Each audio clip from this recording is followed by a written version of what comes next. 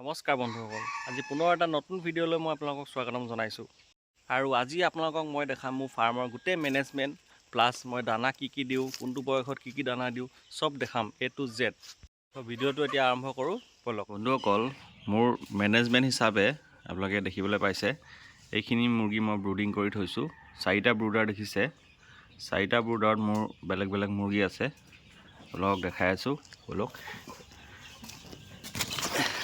এইখিনি যে প্ৰথমত দেখিছে, এইখিনি মই আগৰ ভিডিঅ'টোত যে দেখাইছিলোঁ সেইখিনি পোৱালি হয়। সিহঁতৰ এতিয়া ধৰক বয়স আজি 14-15 দিনমান হৈছে। সিহঁতক এতিয়া ব্ৰুডাৰৰ পৰা ওলাবলৈ হোৱা নাই, যিহেতু ঠাণ্ডাটো অলপ বেছি পৰিছে, সেইকাৰণে সিহঁতক ব্ৰুডাৰৰ পৰা এতিয়া নোলাওঁ। তাৰপিছত আপোনালোকক দেখাই আছোঁ নেক্সট ব্ৰুডাৰটো। নেক্সট ব্ৰুডাৰটো এইটো চাওক, ইয়াত এইখিনি কয়লাৰ হয়, কয়লাৰ মুৰ্গী। এহঁতৰো 14 দিন হৈছে। এহঁতকো ব্ৰুডাৰৰ পৰা নুলিয়াওঁ আজি, ঠাণ্ডা বেছি হৈছে সেইকাৰণে, আৰু 2 দিনমান ইয়াত থ'ম সিহঁতক। তাৰপিছত নেক্সটটো দেখাই আছোঁ ব'লক। নেক্সট এইখিনি দেখিছে, এইখিনি লোকেল হয়। এইখিনি খালি মই নিজে মেচিনত ওলোৱা নহয়, এইখিনি মই পোৱালি কিনি আনিছিলোঁ। এই প্ৰথমত ওলোৱাখিনি সেইখিনি মোৰ মেচিনত ওলোৱা আছিলে। ইহঁতৰ আজি 21 দিনমান হৈছে নেকি, 20 দিনমান হৈছে। ইহঁতক আজি ব্ৰুডাৰৰ পৰা উলিয়াব লাগিব। তাৰপিছত এইখিনি দেখিছে, এইখিনিও আজি 21 দিনমান হৈছে, 21-20 দিনমান। এইখিনিও সেই লোকেলেই হয়, এইখনো কিনিয়ে আনিছিলোঁ। এইখিনিও আজি ব্ৰুডাৰৰ পৰা উলিয়াম। ইয়াত অলপ থেপাথেপি হৈ গৈছে, ব'লক ইহঁতক এতিয়া ব্ৰুডাৰৰ পৰা উলিয়াই পিনে দেখাই আছোঁ। বন্ধুসকল, আমি মুৰ্গীবোৰ নতুন জেগাত শ্বিফ্ট কৰাৰ আগত এদিন বা 2 দিনৰ আগত চূণ মাৰিব লাগে।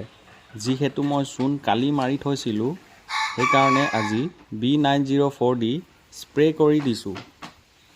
চূণ আৰু স্প্ৰে কৰাটো বহুতে জৰুৰী, কাৰণ কিবা যদি বেক্টেৰিয়া থাকে, সেই বেক্টেৰিয়া তেতিয়া তাতে মৰি যাব। ব'লক এতিয়া আমি মুৰ্গীখিনি নতুন জেগাত শ্বিফ্ট কৰি লওঁ।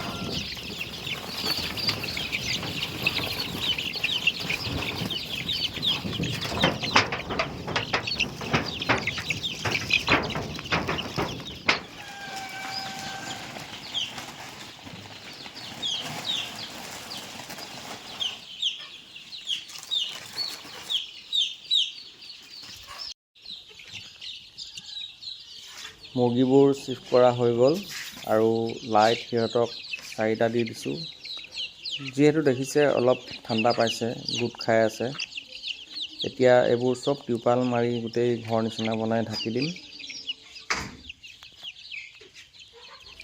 আৰু জেগাটো অলপ সিহঁতক ডাঙৰ কৰি দিব লাগিব, আৰু 3 দিনমানৰ পিছত অলপ ডাঙৰ কৰি দিম। এতিয়া কেইদিনমান এনেকৈ থাকক, নহ'লে বেছি ডাঙৰ কৰি দিলেও আকৌ ঠাণ্ডা পাব, সেইকাৰণে এনেকৈ থাকক। এতিয়া টিউপালটো মাৰি লওঁ এতিয়া, তাৰপিছত দেখাই আছোঁ। টিউপাল মাৰা হৈ গ'ল, আপোনালোকে দেখিবলৈ পাইছে কেনেকৈ ঘৰ নিচিনা বনাই ঢাকি দিছোঁ। ছাইড ওপৰ চব ঢাকি দিছোঁ। বহুতে কিন্তু ওপৰ ছাইডটো নাঢাকে, সেইটো ভুল কৰে। ডাঙৰ মুৰ্গীৰ ক্ষেত্ৰত নাথাকিলেও হয়, কিন্তু সৰু পোৱালিৰ ক্ষেত্ৰত যিহেতু ব্ৰুডাৰৰ পৰা যেতিয়া ওলোৱা হয়, তেতিয়া সিহঁতক যিমান পাৰে ঢাকি থ'ব ঠাণ্ডা দিনত। গৰম দিনত নাথাকিলেও হয়, কিন্তু ঠাণ্ডা দিনত যিমান পাৰে ঢাকি থ'ব।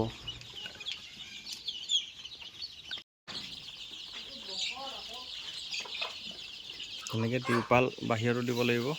এই চাওক, আমাৰ গোটেই ফাৰ্মত ছাইডত গোটেই টিউপাল বেৰি থোৱা আছে, চবফালে টিউপাল আছে। ইয়াত ডাঙৰ মুৰ্গীখিনি থাকে, যোনখিনি বাহিৰত এতিয়া মেলি থোৱা আছে। গোটেই টিউপাল মাৰি থোৱা আছে চব।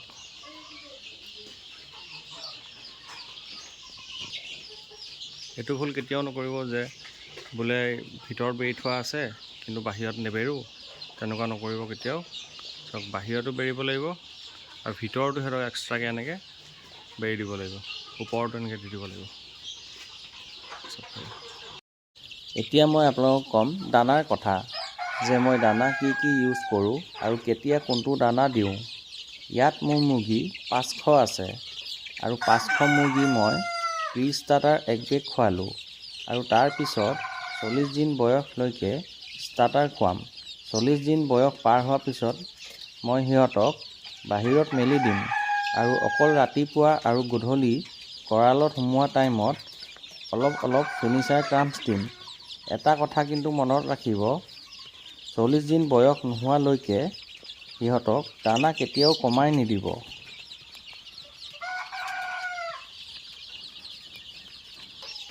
বন্ধুসকল, মই আপোনালোকক নেক্সট ভিডিঅ'টোত মই মেডিচিন কেনেকৈ আৰু কি কি ইউজ কৰোঁ সেইটো দেখাবলৈ চেষ্টা কৰিম। চ' বন্ধুসকল, ভিডিঅ'টো আজি ইয়াতে সমাপ্ত কৰিছোঁ। আশা কৰিলোঁ ভিডিঅ'টো ভাল পালে, আৰু যদি ভিডিঅ'টো ভাল পালে লাইক আৰু ছাবস্ক্ৰাইব কৰি দিব। ধন্যবাদ।